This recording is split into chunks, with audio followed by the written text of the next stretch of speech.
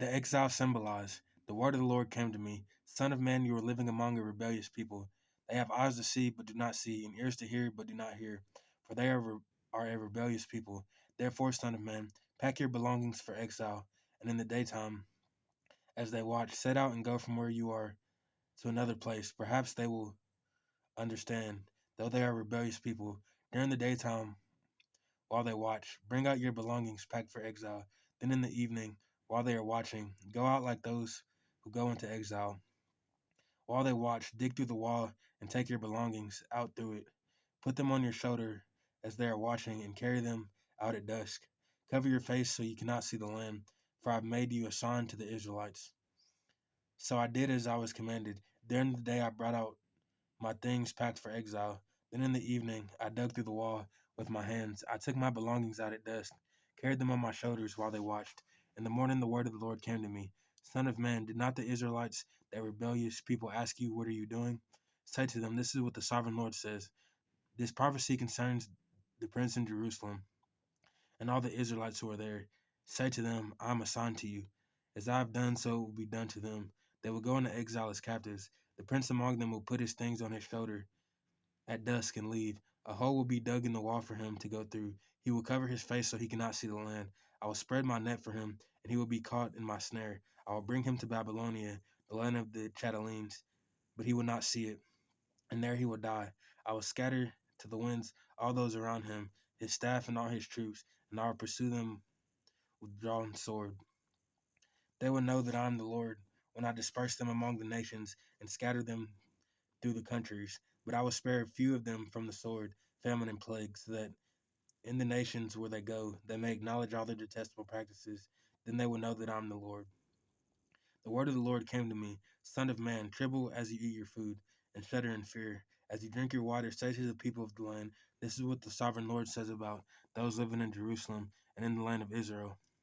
They will eat their food in anxiety and drink their water in despair, for the land will be stripped of everything in it because of the violence of all who live there. The inhabited towns will be laid to waste, and the land will be desolate. Then you will know that I am the Lord. There will be no delay. The word of the Lord came to me. Son of man, what is this proverb you have in the land of Israel? The days go by and every vision comes to nothing. Say to them, this is what the sovereign Lord says. I'm going to put an end to this proverb, and they will no longer quote it in Israel. Say to them, the days are near when every vision will be fulfilled. For there will be no more false visions or flattering divinations among the people of Israel. But I, the Lord, will speak what I will, and it shall be fulfilled without delay. For in your days, you rebellious people, I will fulfill whatever I said, declares the sovereign Lord. The word of the Lord came to me. Son of man, the Israelites are saying, the vision he sees is for many years from now, and he prophesies about the distant future. Therefore say to them, this is what the sovereign Lord says. None of my words will be delayed any longer. Whatever I say will be fulfilled, declares the sovereign Lord. False prophets condemned. The word of the Lord came to me. Son of man, prophesy against the prophets of Israel,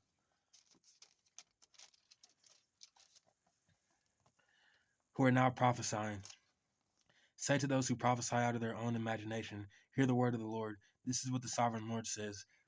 Woe to the foolish prophets who follow their own spirit and have seen nothing. Your prophets, Israel, are like jackals among ruins. They have not gone up to the breaches in the wall to repair it for the people of Israel, so that it will stand firm in the battle on the day of the Lord. Their visions are false and their divinations a lie. Even though the Lord has not sent them, they say the Lord declares and expect him to fulfill their words. Have you not seen false visions and uttered lying divinations when you say the Lord declares, though I have not spoken? Therefore, this is what the sovereign Lord says. Because of your false and lying visions, I am against you, declares the sovereign Lord. My hand will be against the prophets who see false visions and utter lying divinations. They will not belong to the council of my people or be listed in the records of Israel, nor will they enter the land of Israel. Then you will know that I am the sovereign Lord. Because they lead my people astray, saying peace, when there is no peace, and because when a flimsy wall is built, they cover it with whitewash. Therefore, tell those who cover it with whitewash that it is going to fall. Rain will come in torrents, and I will send hailstones hurling down, and violent winds will burst forth. When the wall collapses, will people not ask you, where's the whitewash you covered it with? Therefore, this is what the sovereign Lord says. In my wrath, I will unleash a violent wind. In my anger, hailstones and torrents of rain will fall with destructive fury. I will tear down the wall you have covered with whitewash, and will lever it to the ground so that its foundation will be laid bare. When it falls, you will be destroyed in it, and you will know that I am the Lord. So I will pour out my wrath against the wall and against those who covered it with whitewash. I will say to you, the wall is gone, and so are those who whitewashed it. Those prophets of Israel who prophesied to Jerusalem and saw the visions of peace for her, when there was no peace, declares the sovereign Lord. Now, son of man, set your face against the daughters of your people who prophesy out of their own imagination. Prophesy against them and say, this is what the sovereign Lord says. Woe to the women who sew magic charms on their wrist and make veils of various lengths for their heads in order to ensnare people. Will you ensnare the lives of my people, but preserve your own? You have profaned me among my people for a few handfuls of barley and scraps of bread by lying to my people who listen to lies. You have killed those who should not have died and have spared those who should not live. Therefore, this is what the sovereign Lord says. I am against your magic charms, which you ensnare people like birds, and I will tear them from your arms. I will set free the people that you ensnare like birds. I will tear off your veils and save my people from your hands. They will no longer fall prey to your power. Then you will know that I am the Lord. Because you disheartened the righteous with your lies, when I had brought them no grief, because you encouraged the wicked not to turn from their evil ways, and so save their lives. Therefore you will no longer see false visions or practice divination. I will save my people from your hands, and you will know that I am the Lord. Idolaters condemned. Some of the elders of Israel came to me and sat down in front of me. Then the word of the Lord came to me, Son of man, these men have set up idols in their hearts, and put wicked stumbling blocks before their faces. Should I let them inquire of me at all? Therefore speak to them and tell them, this is what the sovereign Lord says. When any of the Israelites set up idols in their hearts, and put a wicked stumbling block before their faces, and then go to a prophet, I, the Lord, will answer them myself in keeping with their great idolatry. I will do this to recapture the hearts of the people of Israel who have deserted me for their idols. Therefore, say to the people of Israel, this is what the sovereign Lord says. Repent, turn from your idols, and renounce all your detestable practices. When any of the Israelites or any foreigner residing in Israel separate themselves from me and set up idols in their hearts and put a wicked stumbling block before their faces, and then go to a prophet to inquire of me, I, the Lord, will answer them myself. I will set my face against them and make them an example and a byword. I will remove them from my people, then you will know that I am the Lord. And if the prophet is enticed to utter a prophecy, I, the Lord, have enticed that prophet, and will stretch out my hand against him, and destroy him from among my people Israel. They will bear their guilt. The prophet will be as guilty as the one who consults him. Then the people of Israel will no longer stray from me, nor will they defile themselves any more with all their sins. They will be my people, and I will be their God, declares the sovereign Lord. Jerusalem's judgment inescapable. The word of the Lord came to me, Son of man, if a country sins against me by being unfaithful, and I stretch out my hand against it to cut off its food supply, and send famine upon it, and kill its people and their animals, even if these three men, Noah, Daniel, and Job, were in it, they could only save themselves by their righteousness, declares the sovereign Lord. Or if I send wild beasts through that country, and they leave it childless, and it becomes desolate, so that no one can pass through it because of the beast, as surely as I live, declares the sovereign Lord. Even if these three men were in it, they cannot save their own sons or daughters. They alone would be saved, but the land would be desolate. Or if I bring a sword against that country and say, let the sword pass through the land and kill its people and their animals, as surely as I live, declares the sovereign Lord, even if these three men were in it, they cannot save their own sons or daughters. They alone would be saved.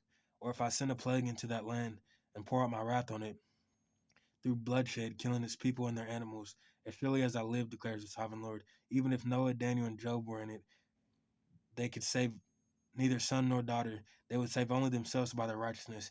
For this is what the sovereign Lord says. How much worse will it be when I send against Jerusalem my four dreadful judgments, sword and famine, and wild beasts and plague, to kill its men and their animals. Yet there will be some survivors, sons and daughters who will be brought out of it. They will come to you, and you will see their conduct and their actions. You will be consoled regarding the disaster I have brought on Jerusalem. Every disaster I have brought on it, you will be consoled when you see their conduct and their actions, for you will know that I have done nothing in it without cause, declares the sovereign Lord. Jerusalem as useless vine. The word of the Lord came to me, Son of man, how is the wood of a vine different from that of a branch of any of the trees in the forest? Is wood ever taken from it to make anything useful? Do they make pegs from it to hang things on? And after it is thrown on the fire as fuel, and the fire burns both ends and tries the middle, is it then useful for anything? If it was not useful for anything when it was whole, how much less can it be made into something useful when fire has burned it and it is charred? Therefore, this is what the sovereign Lord says: As I have given the wood of the vine among the trees of the forest as fuel for the fire, so I will treat the people living in Jerusalem. I will set my face against them. Although they have come out of the fire will yet consume them. And when I set my face against them, you will know that I am the Lord. I will make the land desolate because they have been unfaithful, declares the sovereign Lord. Jerusalem as an adulterous wife. Then the word of the Lord came to me, Son of man, confront Jerusalem with her detestable practices and say, This is what the sovereign Lord says to Jerusalem. Your ancestry and birth were in the land of the Canaanites. Your father was an Amorite, and your mother a Hittite. On the day you were born, your cord was not cut, nor were you washed with water to make you clean, nor were you rubbed with salt or wrapped in cloth. No one looked on you with pity or had compassion enough to do any of these things for you. Rather, you were thrown out into the open field, for on the day you were born, you were despised. Then I passed by and saw you kicking about in your blood, and as you lay there in your blood, I said to you, Live. I made you grow like a plant of the field. You grew and developed and entered puberty. Your breast had formed and your hair had grown, yet you were stark naked. Later I passed by, and when I looked at you and saw that you were old enough for love, I spread the corner of my garment over you and covered your naked body. I gave you my solemn oath and entered into a covenant with you, declares the sovereign Lord, and you became mine. I bathed you with water and washed the blood from you and put ointments on you. I clothed you with an embroidered dress and put sandals of fine leather on you. I dressed you in fine linen and covered you with costly garments. I adorned you with jewelry. I put bracelets on your arms and neck. I put bracelet on your arms and a necklace around your neck, and I put a ring on your nose, earrings on your ears, and a beautiful crown on your head, so that you were adorned with gold and silver. Your clothes were of fine lining and costly fabric and embroidered cloth. Your food was honey, olive oil, and the finest flour. You became very beautiful and rose to be a queen, and your fame spread among the nations on account of your beauty, because of the splendor I had given you, made your beauty perfect, declares the sovereign Lord. But you trusted in your beauty and used your fame to become a prostitute. You have lavished your favors on anyone who passed by, and your beauty became his. You took some of your garments to make gaudy high places where you carried your prostitution. You went to him, and he possessed your beauty. You also took the fine jewelry I gave you, the jewelry made of my gold and silver, and you made for yourself male idols and engaged in prostitution with them. And you took your embroidered clothes to put on them, and you offered my oil and incense before them. Also, the food I provided for you, the flour, olive oil, and honey I gave you to eat, you offered as fragrant incense before them. That is what happened, declares the sovereign Lord. And you took your sons and daughters whom you born to me and sacrificed them as food on to the idols. Was your prostitution not enough? You slaughtered my children and sacrificed them to the idols. In all your detestable practices and your prostitution, you did not remember the days of your youth, when you were naked and bare, kicking about in your blood. Woe, woe to you, declares the sovereign Lord. In addition to all your other wickedness, you built a mountain for yourself and made a lofty shrine in every public square. At every street corner, you built your lofty shrines and degraded your beauty, spreading your legs with increasing promiscuity promiscuity to anyone who passed by. You engaged in prostitution with the Egyptians, your neighbors with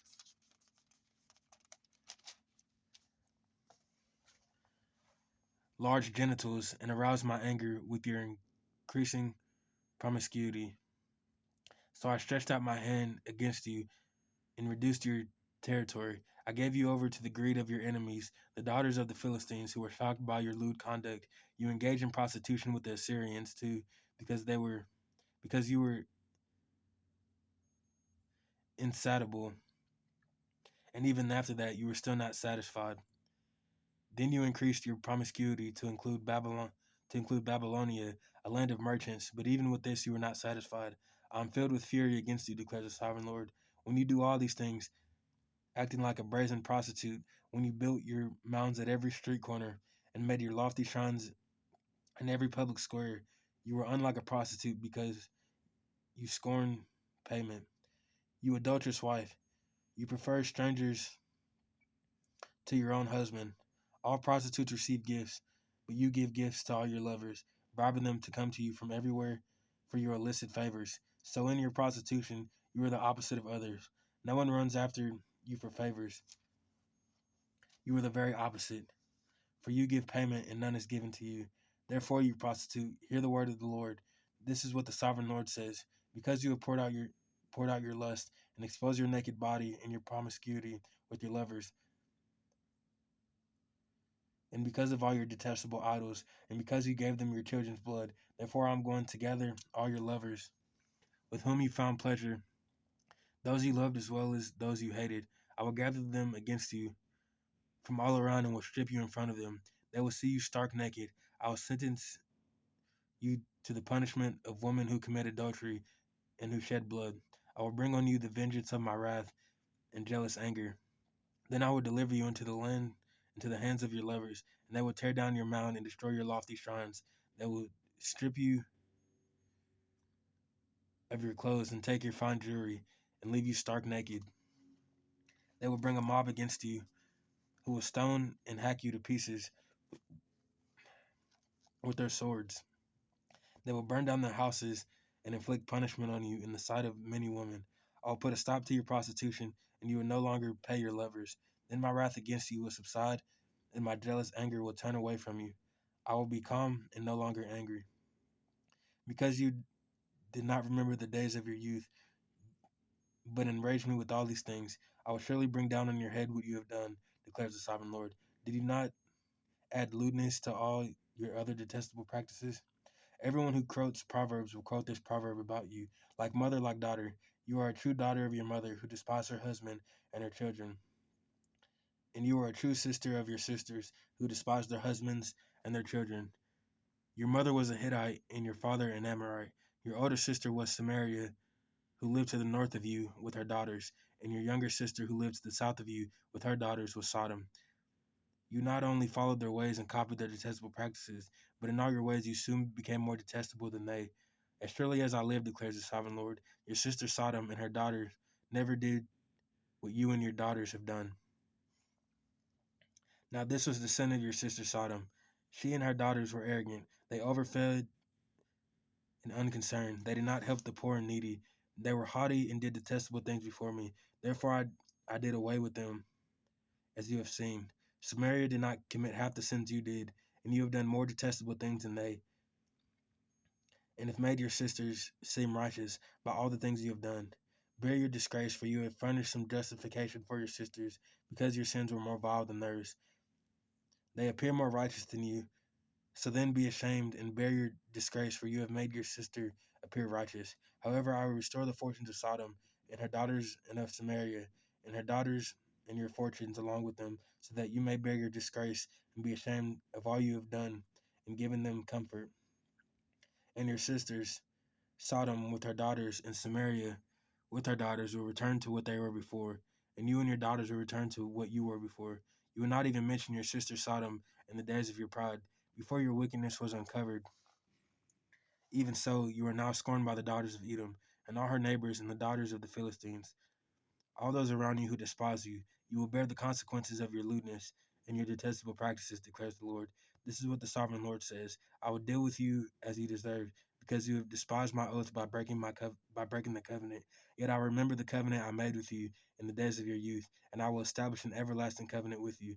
Then you remember your ways and be ashamed when you receive your sisters, both those who are older than you and those who are younger. I will give them to you as daughters, but not on the basis of my covenant with you. So I will establish my covenant with you, and you will know that I am the Lord.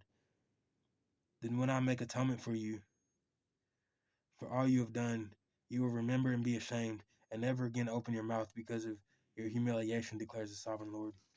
Two eagles in a vine. The word of the Lord came to me: Son of man, set forth an allegory and tell it to the Israelites as a parable. Say to them, This is what the sovereign Lord says. A great eagle with powerful wings, long feathers, and a full plumage of various colors came to Lebanon. Taking hold of the top of a cedar, he broke off its topmost shoot and carried it away to a land of merchants, where he placed it in a city of traders. He took one of the seedlings of the land and put it in fertile soil. He planted it like a willow by abundant water, and it sprouted and became a low spreading vine. Its branches turned towards him, but its roots remained under it. So it became a vine and produced branches and put out leafy boughs. But there was another great eagle with powerful wings, full of plumage. The vine now sent out its roots toward him from the plot where it was planted, and stretched out its branches to him for water. It had, be pl- it had been planted in good soil by abundant water so that it would produce branches, bear fruit, and become a splendid vine.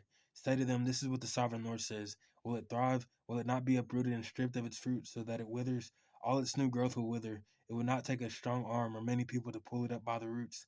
It has been planted, but will it thrive? Will it not wither completely when the east wind strikes it, wither away the plot where it grew? Then the word of the Lord came to me. Say this to the rebellious people. Do you not know what these things mean? Say to them, the king of Babylon went to Jerusalem and carried off her king and her nobles. Bring them back with him to Babylon. Then he took a member of the royal family and made a treaty with him, putting him under oath. He also carried away the leading men of the land so that the kingdom would be brought low, unable to rise again, surviving only by keeping his treaty. But the king rebelled against him by sending his envoys to Egypt to get horses and a large army. Will he succeed? Will he who does such things escape? Will he break the treaty and yet escape? As surely as I live, declares the sovereign Lord, he shall die in Babylon, in the land of the king who put him on the throne, whose oath he despised and whose treaty he broke. Pharaoh with his mighty army and great horde will be of no help to him in war. When ramps are built and siege works erected to destroy many lives, he despised the oath by breaking the covenant.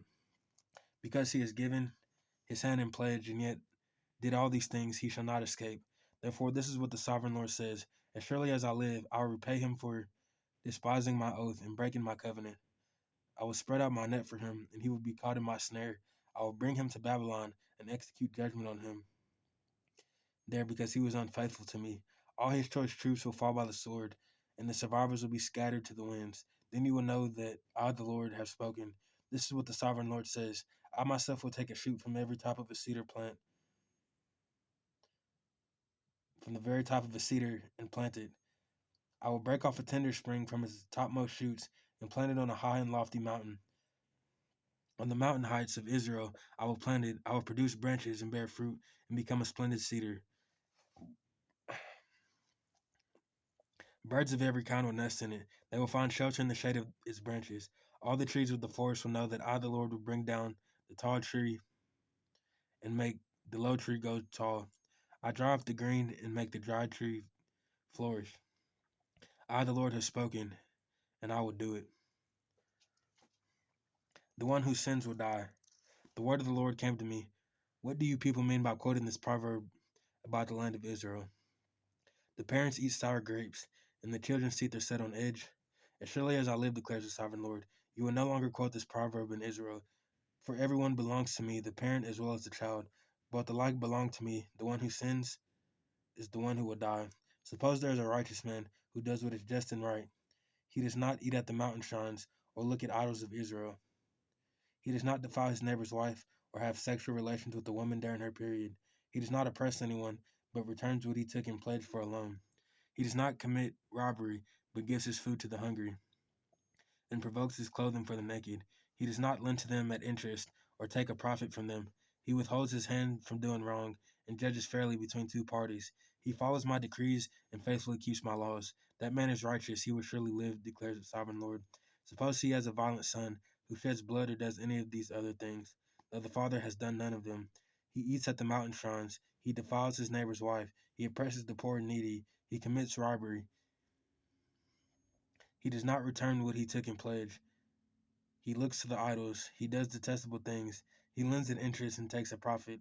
Will such a man live? He will not. Because he has done all these detestable things, he is put to death. His blood will be on his own head.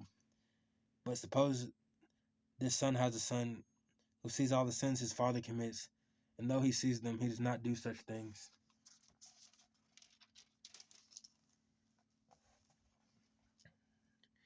He does not eat at the mountain shrines or look to the idols of Israel. He does not defile his neighbor's wife. He does not oppress anyone or require a pledge for a loan. He does not commit robbery, but gives his food to the hungry and provides clothing for the naked.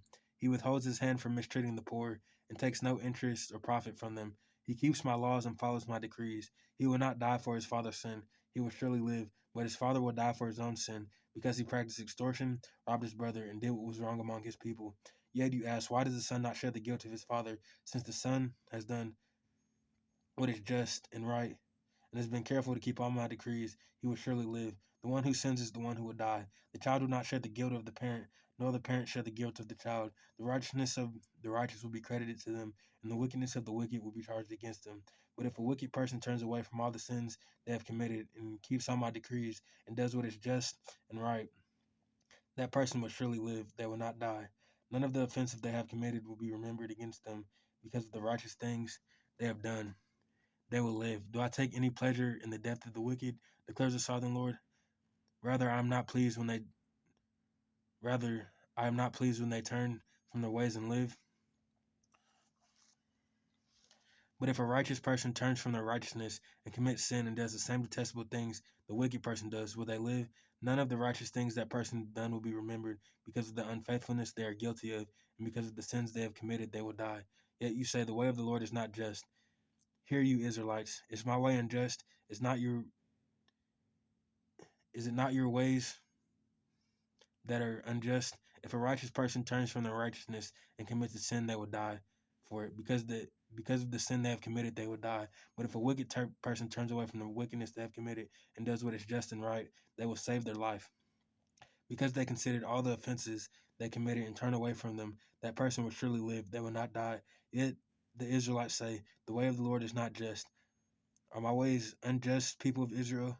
Is it not your ways that are unjust? Therefore, you Israelites, I will judge each of you according to your own ways, declares the sovereign Lord. Repent, turn away from all your offenses, then sin will not be your downfall. Rid yourselves of all the offenses you have committed, and get a new heart and a new spirit. Why will you die, people of Israel? For I take no pleasure in the death of anyone, declares the sovereign Lord. Repent and live. A lament over Israel's princes. Take up a lament concerning the princes of Israel and say, what a lioness was your mother among the lions. She lay down among them and reared her cubs. She brought up one of her cubs, and he became a strong lion. He learned to tear the prey, and he became a man-eater. The nations heard about him, and he was trapped in their pit. They led him with hooks to the land of Egypt. When she saw her hope unfulfilled, her expectation gone, she took another one. She took another of her cubs and made him a strong lion. He prowled among the lions, for he was now a strong lion. He learned to tear the prey, and he became a man-eater. He broke down their strongholds and devastated their towns. The land and all who were in it were terrified by his roaring. Then the nations came against him, those from regions round about. They spread their net for him. He was trapped in their pit. With hooks they put him into a cage. They brought him to the king of Babylon. They put him in prison, so his roar was heard no longer on the mountains of Israel. Your mother was like a vine in your vineyard, planted by the water. It was fruitful and full of branches. Because of abundant water, its branches were strong, fit for a ruler's scepter. It towered high above the thick foliage, conspicuous for its height and for its many branches, but it was uprooted in fury and thrown to the ground. The east wind made it shrivel. It was stripped of its fruit. Its strong branches withered, and fire consumed them. Now it is planted in the desert, in a dry and thirsty land. Fire spread from one of its main branches and consumed its fruit. No strong branches left on it fit for a ruler's scepter. This is a lament and is to be used as a lament.